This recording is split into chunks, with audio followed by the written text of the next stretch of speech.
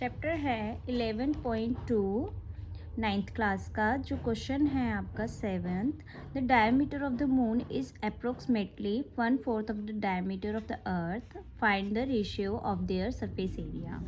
तो हमें मून का एंड 1/4 है मून का अर्थ से। तो हमने सबसे पहले फिगर बनाई है। ये हमने मून का डायमीटर 100 माना एंड अर्थ का डायमीटर हमने 400 माना। हमने ऐसा क्यों माना है? क्योंकि इसने क्वेश्चन में बोला है कि जो डायमीटर है मून का वो 1/4 है अर्थ का, तो हमने 1/4 कर दिया। 400 का 1/4 करेंगे तो 100 आएगा। तो हमने 100 और 400 इसलिए रखा है क्योंकि जब हम कैलकुलेशन करेंगे, हम रखने के लिए तो 4 एंड 1 भी रख सकते थे, लेकिन जब हम इसकी रेडियस बनाते तो हमारे पास 0.5 लिखना पड़ता हमें। तो जो पॉइंट की वैल्यूज़ आती है तो उसमें दिक्कत आ जाती, इसलिए हमने क्या किया कि हमने 400 और 100 रखा। तो इसका हमें निकालना है रेशियो। रेशियो होता है, अभी एक स्फेयर है, दोनों ही स्फेयर है, तो हमें सरफेस एरिया ऑफ स्फेयर निकालना है 4πr²। Surface area of moon, surface area of sphere earth क्या होगा? हमने मून की जो आर है उसको R1 माना और अर्थ की जो आर है उसको हमने R2 माना। Then 4πr²। अब हमने इसे अपॉन में P/Q के फॉर्म में इसलिए लिखा है क्योंकि जब भी आपको रेशियो निकालना है, रेशियो निकालने के लिए आपको उसे काटना है, मतलब डिवाइड करना है आपस में। फिर जो उसकी मिनिमाइज फॉर्म होगी, मतलब जितना पॉसिबल है उसको काटो जब तक वो कटता है, नहीं उसके बाद जब वो नहीं कटता तो वो उसका होता है आपका रेशियो। तो हमने क्या किया, R1 के अकॉर्डिंग ऊपर फॉर्मूला लगाया 4πr² एंड R2 के अकॉर्डिंग फॉर्मूला लगाया 4πr, यानी कि जो हमारे पास 400 है, 400 के अकॉर्डिंग 200 उसकी रेडियस आई तो वो लिखा। अब इसके बाद हमने क्या किया, पाई से पाई को काटा, 4 से 4 को काटा, 50 वन ज़ा 50। अब 50 वन ज़ा कर लो या 0 से 0 काटो, 5 वन ज़ा 5, 5 4 ज़ा 20, या फिर 0 से 0, 5 वन ज़ा 5, 5 4 ज़ा 20। तो हमारे पास बचती है वैल्यू, ऊपर बचता है 1 1 1 1। तो हमारे पास आया ऊपर आया 1 और नीचे आया 4 × 4, इसका मतलब 16। तो हमारे पास मून एंड अर्थ का जो रेशियो आया है वो है 1:16 का। ये इसके एरिया इसके स्फेयर का जो सरफेस एरिया का जो रेशियो आया है वो आया है हमारा 1:16। देन क्वेश्चन नंबर है 8 कि hemisphere bowl is made of steel. एक स्टील से बना है एक बाउल जिसकी थिकनेस है 0.25। दो इनर रेडियस उसका बाउल का है 5 सेंटीमीटर। हमें फाइंड करना है आउटर कर्व सरफेस एरिया। ठीक है, तो हमने एक बाउल की फिगर बनाई है, तो इसमें कर्व सरफेस एरिया हमें निकालना है। अब हमें इनर रेडियस तो 5 सेंटीमीटर दिया, इनर रेडियस होता है ये इसने हमें 5 सेंटीमीटर दी है। देन हमें कर्व सरफेस एरिया होता है हेमिस्फीयर का 2πr², 2π एंड r। हमने दोनों रेडियस को प्लस किया, रेडियस मतलब एक अंदर की रेडियस एंड इसकी थिकनेस को हमने जब प्लस किया तो 5 + 0.25 को क्यों हमने प्लस किया, क्योंकि हमें आउटर कर्व सरफेस एरिया चाहिए, यानी कि सेंटर से लेकर हमें आउटर तक की दूरी हमें पता होनी चाहिए रेडियस, तभी उसी से ही आउटर कर्व सरफेस एरिया निकलेगा। अगर हमें इनर कर्व सरफेस एरिया निकालना होता तो हम इनर रेडियस से ही इनर कर्व सरफेस एरिया निकाल लेते। तो अब हमें आउटर कर्व सरफेस एरिया निकालने के लिए 5 + 0.25 कर देंगे, तो ये हमारी पूरी रेडियस आ गई इस पूरे बाउल की। Then 2πr²। अब हम क्या करेंगे, पॉइंट हटाएंगे, यहाँ लिखेंगे 100 एंड पॉइंट हटाएंगे, यहाँ लिखेंगे 100। अब देखो यहाँ पर 5 है, यहाँ पर 0 है, तो हम क्या करेंगे 5 से इसे कट करेंगे। 5 वन ज़ा 5। अब 5 के टेबल में 2 नहीं आता, 5 इसके साथ मिलाएंगे, यानी कि 2 डिजिट आप एक साथ यूज़ कर रहे हैं, तो आप पहले 0 फिर 5 5 ज़ा 25। ये वाली जो डिवाइड होती है बच्चे कई बार गलत करते हैं, मैं यहाँ पर बताती हूँ। जैसे 5 2 5 है, 5 से डिवाइड करना है, तो 5 वन ज़ा 5। अब यहाँ तो कुछ नहीं बचा, तो हमने 2 नीचे उतारा। ये एक बार उतारने के बाद फिर 5 से नहीं जाएगा, तो हमने दूसरी बार फिर उतारा, तो 25 आ गया। अब जब 25 आता है, अब जब 5 उतारा, दूसरी डिजिट एक साथ में ही उतारी, तो 0 लगाकर ही इसे उतारना है, तब ये 25 बनता है। तो 5 5 ज़ा 25। ये बच्चे बहुत गलतियां करते हैं, मैंने देखा है, मेरे पास बच्चे पढ़ने आते हैं, ये इस तरीके की मिस्टेक बहुत ज़्यादा करते हैं। उसके बाद हमने क्या किया, 105 आ गया। अब इसको भी 5 से काट दो, 5 2 ज़ा 10। देन फिर से काट देंगे इसको 5 से, 5 4 ज़ा 20 एंड 5 2 ज़ा 10, 5 1 ज़ा 5। फिर हम क्या करेंगे, ये जो 4 है, 2 1 ज़ा 2, 2 2 ज़ा 4, 2 से फिर इसको काट देंगे 11। देन 7 को 21 से काट देंगे, 7 3 ज़ा 21। अब ध्यान दो, हमारे पास बचता है 11 मल्टीप्लाई 3 यानी कि 33। और 33 को जब आप 5 2 5 से जब मल्टीप्लाई करेंगे, तो आपके पास वैल्यू आएगी 17325, जो मैंने यहाँ लिखी हुई है, कैलकुलेशन मैंने पहले ही की थी। नीचे आएगा आपका, कुछ भी डिजिट नहीं बची, तो नीचे आएगा 100। देन 100 हटाकर ऊपर 2 डिजिट के आगे पॉइंट लगाएंगे, 173.25। ये आपका आएगा बाउल का आउटर सरफेस एरिया, ठीक है, आउटर कर्व सरफेस एरिया है ये। देन क्वेश्चन नंबर है 9th।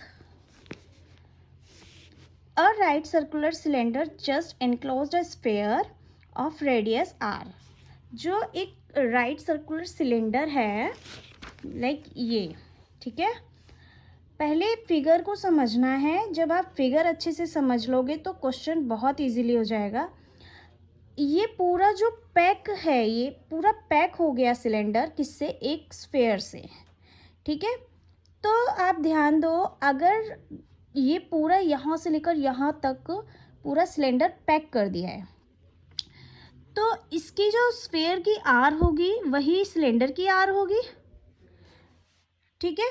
तो हमने वही लिख दिया, और इसकी स्फेयर की आर को हमने आर ही माना, तो लेट किया हमने radius of sphere is equal to R and radius of cylinder is equal to R, जो कि अभी मैंने बताया। देन हाइट ऑफ सिलेंडर, अब जो सिलेंडर की हाइट है इस पे ध्यान दो, ये एक आर है, दूसरी आर ये है, यानी कि आर प्लस आर, तो ये आर प्लस आर। तो मैंने क्या किया, हाइट ऑफ सिलेंडर क्या निकल के आई हमारे पास, 2r। देन हमने, इसने क्वेश्चन नंबर 1 बोला है, इस क्वेश्चन में फाइंड करना है सरफेस एरिया ऑफ स्फेयर, तो हमने r की वैल्यू यही वाली लगानी है। तो हमने सरफेस एरिया ऑफ स्फेयर निकाला, इसका फॉर्मूला होता है 4 पाई r स्क्वायर। 4 पाई, अब r हमारे पास क्या है, r ही है, तो r लिखा, r स्क्वायर लगाया, तो हमारे पास वैल्यू है 4 पाई r स्क्वायर। तो यही इसका आंसर है, तो बहुत मज़ेदार आंसर है। देन क्वेश्चन नंबर 2 है curve surface area of cylinder. तो सिलेंडर का जो कर्व सरफेस एरिया होता है वो होता है 2 पाई आर एच। अब 2 पाई की वैल्यू पाई ही लिख देंगे, क्योंकि आंसर में ही पाई, आंसर भी पाई में ही दिया हुआ है। देन आर जो है, आर क्या है, सिलेंडर की रेडियस क्या है आपकी सिलेंडर की, आर है, तो आर लिख दी। एंड जो हाइट है एच हमने क्या फाइंड की थी, 2r, तो यहाँ लिख दी हमने 2r।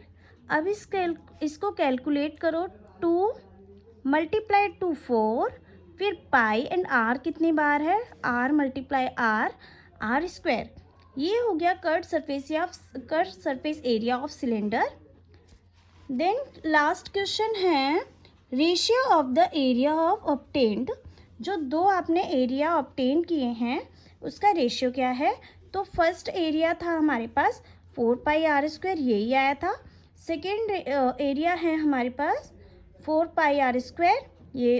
अब हम इसका रेशियो निकालेंगे, वही काटना पड़ेगा। 4 से 4 गया, पाई से पाई गया, आर स्क्वायर से आर स्क्वायर गया, तो ऊपर भी 1 नीचे भी 1, तो दोनों का रेशियो 1:1।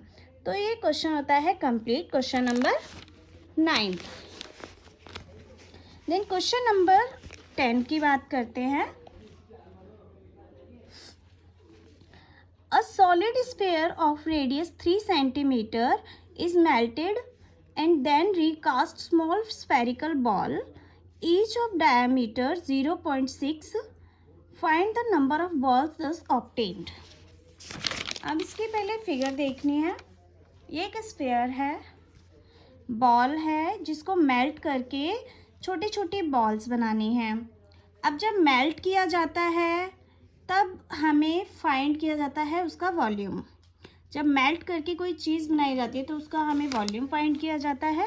अब उसके रेडियस है, बड़े बॉल का जो रेडियस है वो है 3 सेंटीमीटर एंड छोटे जो बॉल्स हैं उसका है, एक सॉलिड ये स्फीयर है एंड इससे छोटी छोटी जो बॉल्स बनाई जाएंगे उसका जो डायामीटर दिया है वो है 0.6।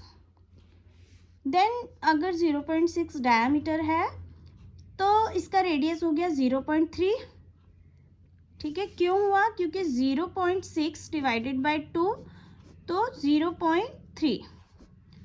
ठीक है, तो अब हमें वही जो जब हमें कभी भी क्वेश्चन में बताएं कि इस किसी चीज़ को पिघला कर उससे दूसरी चीज़ बनाई जा रही है तो उसका वॉल्यूम ही फाइंड करना है हमेशा। तो वॉल्यूम ऑफ स्फीयर होता है, एक बड़े वाले का हमें वॉल्यूम निकालना है 4/3 पाई आर क्यूब। अब ये भी एक छोटे छोटे स्फीयर है, अगर बॉल है बनी हुई है तो वो भी एक स्फीयर है, वो भी छोटा स्फीयर है।